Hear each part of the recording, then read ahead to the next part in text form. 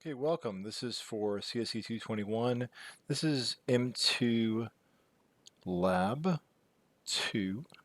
I have misnamed this as m2lab1, so I'll get back in and fix that. But the assignment is m2lab2, and it is 10.6 in the books. That starts around page 372, page 373. What you're going to want to do is grab this zip file and use your usual technique, something like extract all is fine. And go into this folder, you're going to see you have a few classes. You have card and deck. And you have a file folder full of card images, which are PNGs. If I load one of these, you can see what they look like. Put this wherever you want to work. So I have a dev folder that I put my Python stuff in. So I'm in this folder that I extracted my cards. Now here's where you want to make your file. So the way I do that is I just do file save as and call it m2lab2 and put it in the same folder. Why does it need to be in the same folder? Because I don't want to get into yet how you import things from different locations. So just know, you see I have a line of code here, from deck import deck of cards. Well, where's deck? Well, it turns out it's in the same folder. It is deck.py. And if you look at that file, it includes a card and so forth. This is a canned library of deck of cards that we're going to use. Okay, in the book they write it as in the console. I'm going to do it in the code over here just to make it a little easier to keep track of. So I'm starting, they show you here page 373, and they say you're going to import the deck and create an object of that type. Okay, so actually I'll go back and forth. I'm going to run just this one line of code here, and it reloaded these modules, so we're good. So now I'm going to say here I do deck of cards equals deck of cards. Okay, so deck of cards with the underscores is the object name. We're making an object. This is the constructor for the deck of cards class. Okay, good. Now I have that. What if I were to say print deck of cards? Wow, it's a whole deck. Look at that. Okay, it's got everything in there. Kind of neat. So remember we talked about how the stir underscore the underscore stir underscore command lets you print things out in different ways. So here they've done that. Okay, let's just deal one card. So deck of cards, deal card. Okay, so that outputs this. All right. So now let's think about if I write this code like this and say deck of cards, same thing, and then deck of cards, deal card. Right. Well, what's the difference? Because remember how you see in and out over here? Every time you run a command in the console, what does it do? It prints out the output. That does not happen when you run a program, and you wouldn't want it to, right? You don't, if you make a variable and add 1 to it, it'll say this is the new variable value. In a program, you'd have to print that to make it do something. And so see if I run that, that'll happen. Well, how would I do that? I could do something like this. I could say my card equals, and then print my card. Okay. So what I'm saying here is you can do the commands directly as listed in the book and just save your output window into a text file. Or I'll just make the changes here in the video to show you the difference. And hopefully you'll see it's not all that different. Cool. And if I run that, it says ace of hearts. And it's always the ace of hearts. Why? Because when we get the object first, it turns out that it's sorted. It's like when you open a pack of cards. It'll do that. Okay? Great. So now, how about this? I'm going to say, I'll do another one. I'll say card equals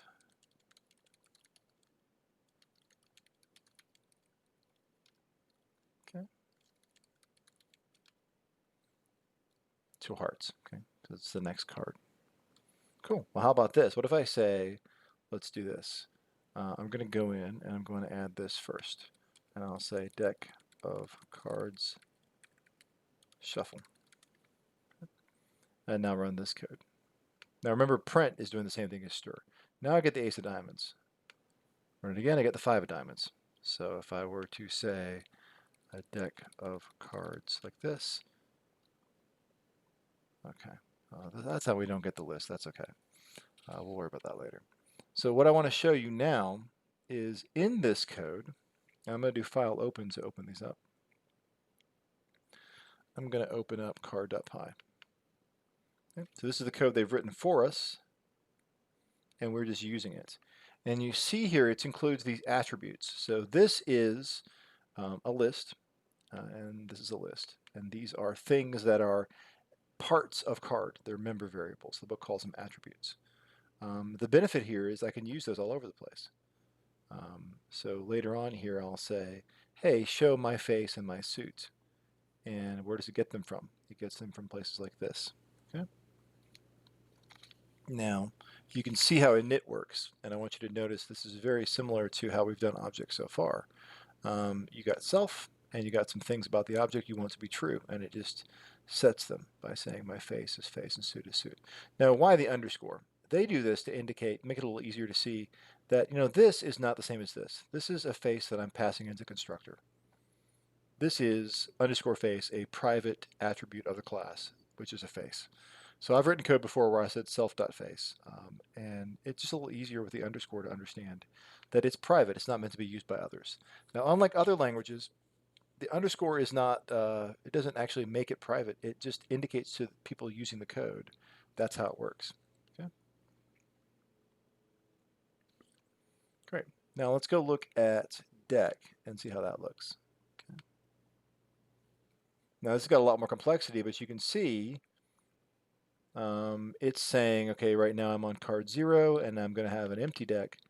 And now I'm going to, for count and range, which is 52, right? I'm going to add a card. Okay. And this is a little fancy, right? But what it does, it says, okay, let's go to hearts. I'm going to add the 1, the 2, the 3. It's going to keep going. And when it's done, it's going to go to the next spades, and it'll add the rest. It'll go to clubs, and so forth. Okay. And what you notice back in card, the way they handle this is the 11th one is jack, the 12th is queen, and the 13th is king. So that's why they can just say this card is, 0, 12, because they're starting at 0, right? And that's going to add up properly. It's going to say king of hearts. Or if I pick this one and this one, I'm going to get that value. Okay, so this is just understanding how these classes work. It's not super complicated. And if we look at dealing a card, because we've been calling deal card, okay, interestingly enough, you see they have this try except, because what if there's no cards left in the deck? Well, it'll return none. Don't worry about that for now. But it says here, all right, so the card is whatever the current card is. And then move current card up to 1 to next. So you think about the deck. When you pull a card off the deck, we're saying the current card is the one that's on top. So when I deal a new card, I get that current card, and now I change the current card to be the next one down. Straightforward enough. Okay. Great. So to finish bronze, what do you got to do? Well, you can just, use this code and say, here's the whole deck. So I could say print deck of cards. Let's see if this works. Okay, and if it doesn't, nope, it does. Good. So far now, you've got bronze. Okay.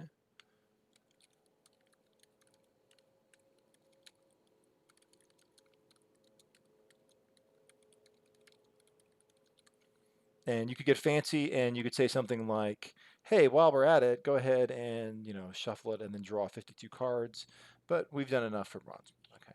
So the next step is going to be silver, which is starting on page 378. That is displaying card images with m2lab2.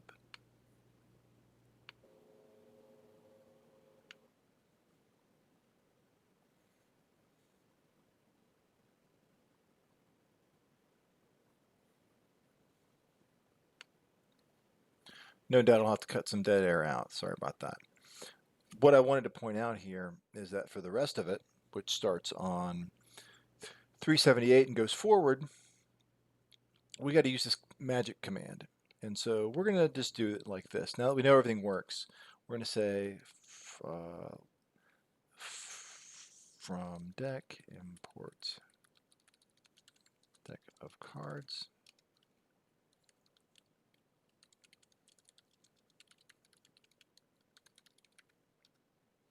Great.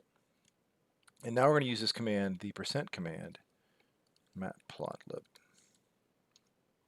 And you see it says using matplotlib backend. So we may be able to use this magic command. It's a console magic command. It may work in the code, but I don't want to risk it. So we're just going to do it this way. Okay. So now I've got matplotlib loaded, which, as you remember from last time, lets us draw charts. We're going to use it to draw the cards, which is not actually as hard as it sounds like it might be.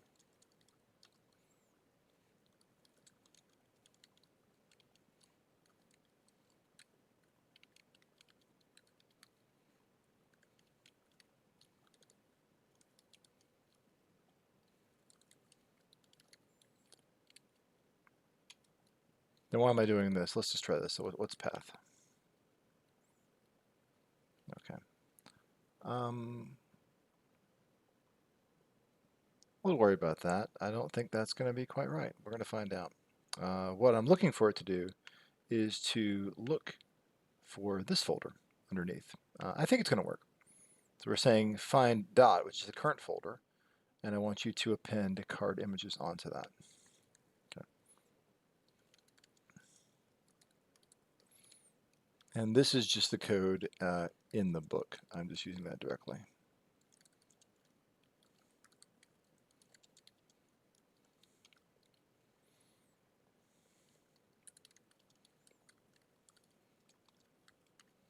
Any of these, if you mistype them, you can generally just back up and do it again. If you get a command wrong, don't go forward until you get the next command correct, or you will probably have to start over. Okay. There we go. I said make a plot with 4 rows and 13 columns, and it did. And it's got these horrible lines on it because it's drawing, you know, like 4 by 13, and these are all different graphs. So we're going to clean that up.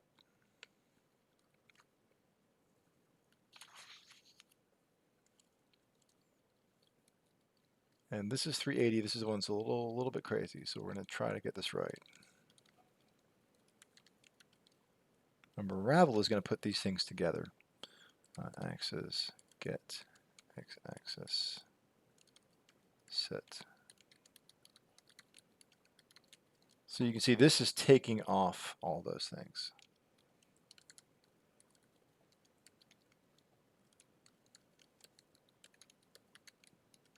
Those numbers that you saw that we had, which were pretty ugly. Image name equals deck of cards, deal card, image name. So this should get the, 3 of clubs or whatever.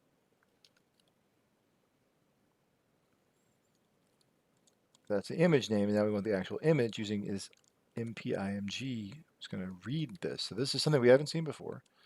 It's going into a folder. It's finding the file.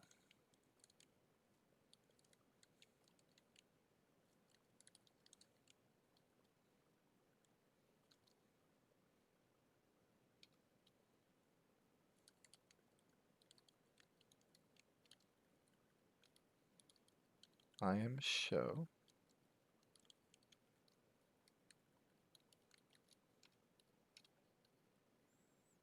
Look at that. I got a big old typo. That's a bummer, right? Well, it's a good way to show this. You can hit up to get your last message back, and then you can use the arrow keys to move around it. And if I go down to the bottom here, like this,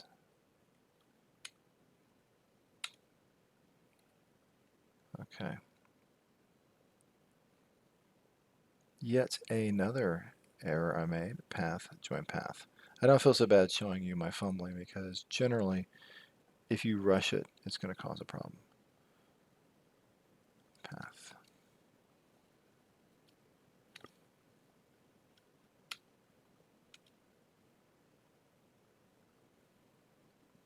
Okay, deal card image name, right? So what's the last thing I did wrong? Deck of cards, deal card, image name.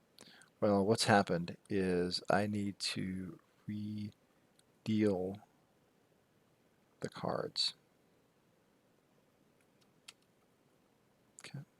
and I'm just going to confirm that my deck of cards, yep, is there. And now I'm going to go back to the very last line I wrote. And looks like this is correct because I fixed my underscores that I was missing. And I'm going to run it.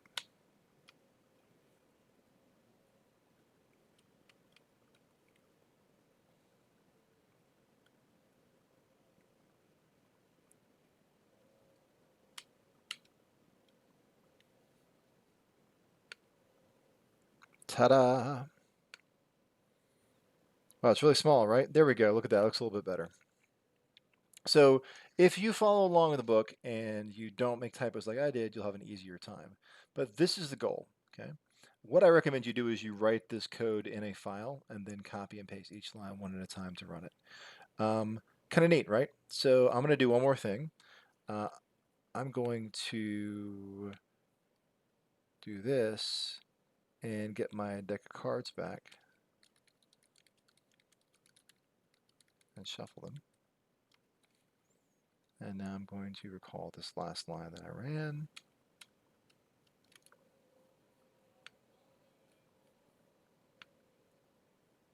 And now you see we have a shuffled deck, so pretty cool. Okay. The last part, which is the gold, I'm going to leave you to. On page 381, you're going to see there's a question 4 IPython session. They give you the code to display a nice little box of just 10 cards, so 5 by 5. Let's say you and the computer are playing a card game, and so you want to show your cards and their cards or something like that. That's how you do that. Okay, that's it. So what you want to do to submit this is for each step, I recommend that you screenshot, copy your code into a file, save it, screenshot your code. And what I would probably do is to keep this in a file and include it. And you'll be set. All right, thank you very much.